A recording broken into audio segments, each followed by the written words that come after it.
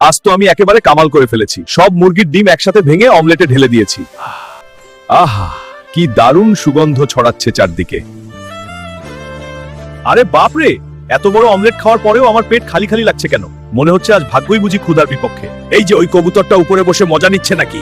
আজ আমার আরো খাবার চাই, বুঝেছিস? আরে না না, আমি তো শুধু উঠছিলাম, আমাকে মারো না কৃষক ভাই। এই নাও আমার ডিমগুলো নাও, শুধু আমাকে ছেড়ে দাও। এই তো এবারে এল আসল মজা। কবুতরের ডিম দিয়ে এমন অমলেট বার্গার বানাবো যেটা রাজাও কোনোদিন খেতে পারেনি।